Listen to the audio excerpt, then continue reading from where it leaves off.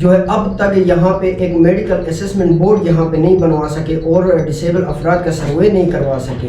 تو ہم بہت ہی مجبور ہیں اپنے ان ڈسیبل افراد کے حوالے سے. بہت ہی ہمیں جو ہے مایوسی ہے, جس کی وجہ سے ہم نے ابھی سوچا ہے کہ ہم گزر میں جو ہے گاکوچ ہم مارچ میں انشاءاللہ ایک احتجاج بھی بھرپور اپنا احتجاج بھی ریکارڈ کروائیں گے اس حوالے سے کہ یہاں پہ جو مسائل ہیں انشاءاللہ اس احتجاج میں بہت سارے مسائل کو بھی ہم اجاگر کریں گے, تاکہ جن کو معلوم نہیں ہے ان کو بھی معلوم ہو سکے. ہمارے جو ایڈمنسٹریشنز کے عہدیداران ہیں اور ہمارے پولیٹیکل عہدیداران ہیں وہ تو ایئر کنڈیشن کے اندر بیٹھے ہوئے اپنے آفسوں میں, ان کو اندازہ نہیں ہوتا ہے. باہر نکلتے ہیں تو ان کے لیے مرسیڈیز کھڑی ہوتی ہے, بیٹھ کے سفر کر رہے ہوتے ہیں. لیکن ڈسیبل افراد کے لیے کتنے مسائل ہیں اور کتنے مسائل کا یہ شکار ہیں, کتنے مسائل کا سامنا کرنا پڑتا ہے, ان کا اندازہ میرے خیال میں ابھی تک ان کو نہیں ہوا ہوگا. ڈسیبل افراد جب خود روڈوں پہ بیٹھے رہیں گے تو میرے خیال میں شاید ان کو اندازہ ہو جائے گا. سب سے پہلے تو بات یہ ہے کہ کسی بھی پرسن کو اللہ تعالیٰ کسی بھی چیز کو اگر کریٹ کرتا ہے, کسی بھی چیز کو دنیا میں بھیجتا ہے تو کوئی نہ کوئی صلاحیت اس کے اندر ضرور ڈالتا ہے. تو ہمارے ڈسیبل افراد جو ہیں ان کو مختلف نام دیا جاتا ہے. اسپیشل پرسنس کہا جاتا ہے, ڈیفرنٹلی ایبل پرسنس کہا جاتا ہے, ڈسیبل کہا جاتا ہے. تو اللہ تعالیٰ نے ان کے اندر بھی بہت ساری صلاحیتیں, میں خود دونوں آنکھوں سے معذور ہوں, لیکن اس وقت میں نے گریجویشن میری تعلیم ہے اور گورنمنٹ کی طرف سے کوئی اپرچونٹی نہ ہونے کی وجہ سے جو ہے میں بھی اس وقت بے بسی کے عالم میں زندگی گزار رہا ہوں. تو ہم کچھ کرنا چاہتے ہیں, ہم مانگ کے نہیں کھانا چاہتے. ہمارے غزل کے جو اسپیشل افراد ہیں یہ خوددار لوگ ہیں, یہ جو ہے اپنے عزت نفس کو مجروح ہونے نہیں دیتے ہیں, یہ روڈوں پہ آنا نہیں چاہتے, بھیک مانگنا نہیں چاہتے, یہ اپنا حق لینا چاہتے ہیں. تو میں گورنمنٹ سے بھی یہ ریکویسٹ کروں گا کہ ان کو ان کا حق دیا جائے, ان کے مختلف فیسلٹیز جو ہے ان کو پرووائڈ کیا جائے, ان کو جو ہے ہنر سکھایا جائے. یہ مختلف ہنر سیکھ سکتے ہیں, یہ مختلف کورسز کر سکتے ہیں, مختلف اداروں میں یہ جابز کر سکتے ہیں. تو ان کو اس طرح کی جابز دینے کے لیے سب سے پہلے ہم نے یہ ادارہ بنایا ہے associations of differently abled persons گزر. اس ادارے کے تھرو ہم نے ان کو اویئرنیس دینا ہے. ہم ان کو جابز پرووائڈ نہیں کر سکتے, ان کو ہنرمند بنانے کے لیے ہمارے پاس اتنی فیسلٹیز نہیں ہے. تو ہم نے جو ہے ان کو اویئرنیس دینا ہے, یہ اپنے حقوق لینے کے خود قابل ہوں گے. انشاءاللہ یہ اپنے حقوق لینے جو ہے روڈوں پہ بھی آئیں گے, گورنمنٹ کے مختلف اداروں میں بھی جانے کے اہل ہوں گے. تو اس لیے ہم زیادہ تر ہم جو فوکس کر رہے ہیں وہ ان کو اویئرنیس دینے کی کوشش کریں. بسم اللہ الرحمن الرحیم. سب سے پہلے کامران بھائی آپ کا بہت ہی شکریہ, آپ ہمارے پاس آئے, آپ نے ہمارے مسائل کو جاننے کی کوشش کی. سب سے پہلے 2015 میں معذور افراد نے مل کے یہ ادارہ بنایا اپنے رائٹس کے لیے. الحمدللہ ہمارے کچھ ٹارگٹس تھے. سب سے پہلے میری خواہش تھی کہ یہاں پہ کوئی ادارہ بنے معذور افراد کے لیے. تو الحمدللہ 6 کروڑ کا پروجیکٹ ہے ایجوکیشن ڈپارٹمنٹ کی مہربانی سے, ایکس چیف منسٹر صاحب کی اور چیف سیکرٹری صاحب کی مہربانی سے اسپیشل ایجوکیشن کمپلیکس تقریباً تیار ہو چکا ہے, کام تاخیر کا شکار ہو چکا ہے. اس کے بعد 5 کروڑ کا جو بجٹ رکھا 2-3 سال پہلے جب ہم ناراض ہو کے روڈ پہ نکلے, ایکس چیف منسٹر صاحب کی طرف سے اس ادارے کی میں اچیومنٹس بتانا چاہتا ہوں. تو ضلع گزر سے ہم نے ڈیٹا دیا تھا 67 جو معذور افراد ہیں ان کو ریلیف ملتا ہے اب تک, وہ بھی 5-6 سالوں سے ایک پیسہ نہیں مل رہا ہے. اس کے بعد ڈسیبل 2% کوٹا تھا پہلے, ہماری کوششوں سے ابھی یہ 3% کوٹا بن چکا ہے. تو 10 سے 12 ہمارے معذور بہن بھائی گورنمنٹ ملازمتوں میں لگ گئے ہیں. اس کے بعد 2018 میں بلائنڈ کا عالمی دن تھا گیزر کیمپس کراکرم انٹرنیشنل یونیورسٹی میں. ہم نے وی سی صاحب کو ایز اے چیف گیسٹ بلائے تھے. وہاں پہ ہم نے چارٹر آف ڈیمانڈ پیش کیے تھے, تمام یونیورسٹیز میں معذور افراد کی فیس نہیں لی جاتی ہے تو آپ بھی معاف کریں. تو وی سی صاحب کی مہربانی سے بلائنڈ کا 100% فیس معاف ہو چکا ہے اور فزیکل ڈسیبل کا 50% فیس معاف ہو چکا ہے. اس کے علاوہ پچھلے کورونا جب سٹارٹ ہوا تو مارچ کے مہینے میں, مارچ اپریل مئی تک ہم نے 1250 فیملیز کو فوڈ سپورٹ دیے پاک فوج کی جانب سے اور اقوات فاؤنڈیشن کی جانب سے. اس کے علاوہ ابھی 4 بندوں کو ہم منتھلی اسٹائپنڈ دے رہے ہیں 1 جنوری سے نئے سال کے آغاز سے. یہ ہماری اچیومنٹس ہیں. تو میں پریزیڈنٹ تھا, آگے بھی میں کام کرنا چاہتا تھا. کچھ عرصہ پہلے ہمارے سٹنگ ڈپٹی کمشنر سے جب میری ملاقات ہوئی تو اس نے مجھے کہا آپ گورنمنٹ کے ملازم ہیں تو آپ عہدہ نہیں لے سکتے ہیں. تو میری چھوٹی سی ملازمت سے گریڈ 1 کی پوزیشن ہے اور میں الحمدللہ I have done masters in special education. تو شاید DC صاحب کو میری گریڈ 1 کی ملازمت پہ بہت زیادہ تکلیف ہو گئی تو اس نے مجھے اس عہدے سے ہٹانے کی کوشش کی. تو میں نے کہا میں خود جو ہے نا میں فارغ ہو سکتا ہوں, میں اس عہدے کو جو ہے نا میں چھوڑوں تاکہ مصطفیٰ کمال کیونکہ بہت ہی ینگ اور کمیٹڈ شخصیت ہیں, اس پوسٹ کے اہل ہیں.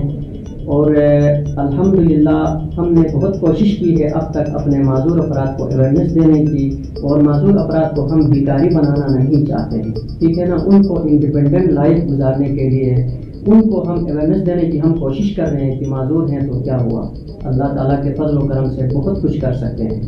تو ابھی میں نے اپنے بارے میں بتایا, ماسٹرز کی ڈگری میرے پاس ہے, گریڈ 1 کی ملازمت پہ میں جاب کر رہا ہوں. کئی بار میں نے ڈپارٹمنٹ میں اپلائی کی ڈسیبل کوٹے پہ, لیکن ہیڈ آف ڈپارٹمنٹ نے میرے ساتھ کوپریٹ نہیں کیا.